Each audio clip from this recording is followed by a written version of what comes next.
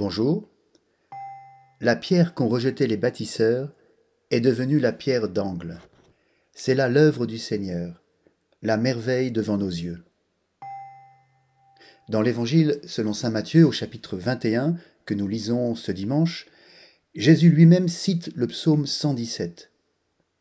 Ces mots nous renvoient à l'Écriture sainte. Les mots du psalmiste que l'on attribue au roi David deviennent paroles de Jésus, alors que lui-même est en train de s'adresser aux grands prêtres et aux anciens du temple de Jérusalem. Cette inclusion nous avertit de l'importance de ces quelques mots. En effet, ces mots nous dévoilent une vérité fondamentale de la création et sont également prophétiques. Il est somme toute paradoxal qu'au milieu d'une parabole portant sur la vigne, il soit question d'architecture, de bâtisseurs, de pierres d'angle. La pierre renvoie au monde minéral.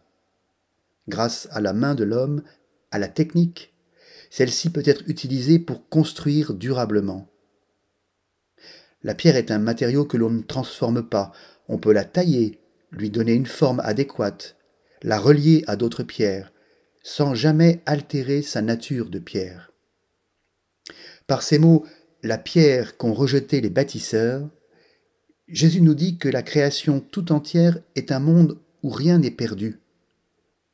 Le rebut, ce qui est laissé de côté, a vocation à être le plus important, à faire tenir l'ensemble.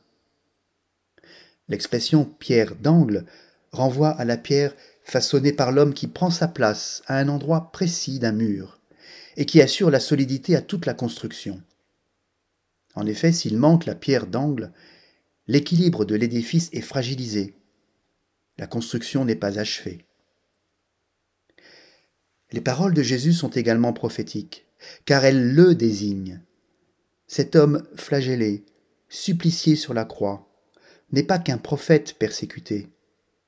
Sa passion, sa mort et sa résurrection l'établissent comme pierre angulaire de toute la création, selon la volonté de son Père. En effet, la résurrection de Jésus convoque, implique toute la création.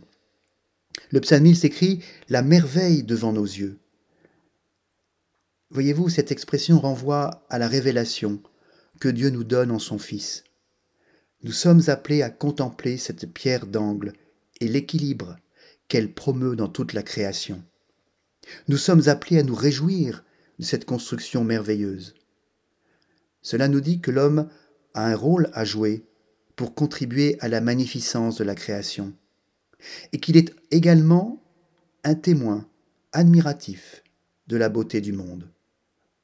Ce rapport au monde nous relie, en ce dimanche de la création, à saint François d'Assise, lui qui s'adressait en frère au soleil, à la terre, au monde minéral, végétal, animal. Loué sois-tu, Seigneur, pour ta création. Laudato si. Cherchez, vous trouverez. Frappez, on vous ouvrira. Bon dimanche.